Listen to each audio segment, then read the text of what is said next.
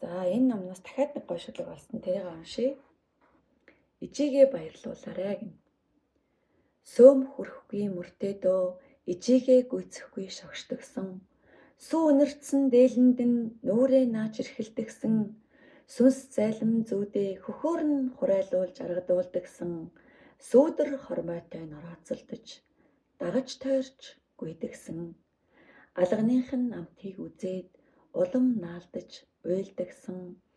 Айлын хооронд өөрүүлээд нуруун дээр нь унтчихдагсан. Аргал түүж гэлтрэгт нь ачаа болж зовоодагсан.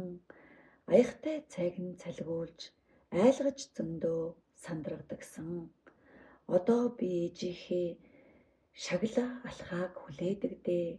Орчлон зөөлөн гიშгэгт нь дагаж аяархан алхдаг даа. Ойчих халуун цайг нь ууж дуустал нь хардаг даа. Оройн бүрийн цагаар эртхэн гэрлүүгээ яардаг даа. Хүүгэн үүрсээр намсаж жижигэрсэн ижигээ та хүүхэд шиг уурж баярлуулж яваарай.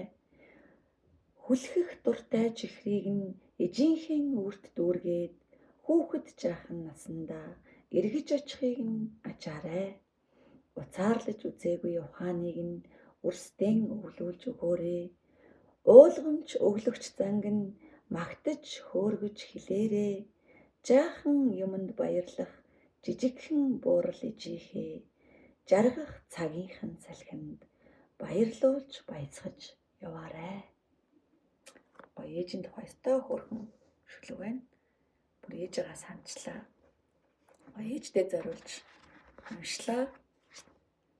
Нямаагийн дөхөрчүү гэж зохиолчтой талархъя. Ийм сайхан шүлэг бичсэнд. Энэ номноос зөндөө олон шүлэг би бас та нартай уншиж өгөх юм шиг байна.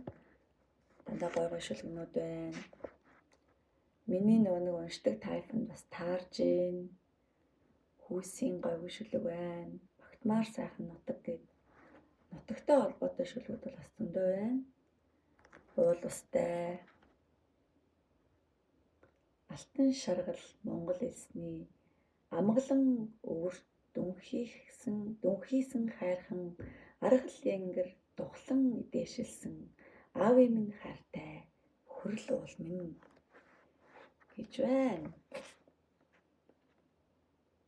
Гоё өнцөрхөг үзэлтэй нутаг ус эцэг их уул хайрхтаа магтан дуулсан тийм шүлгэнүүд ер нь айгүй олон байна.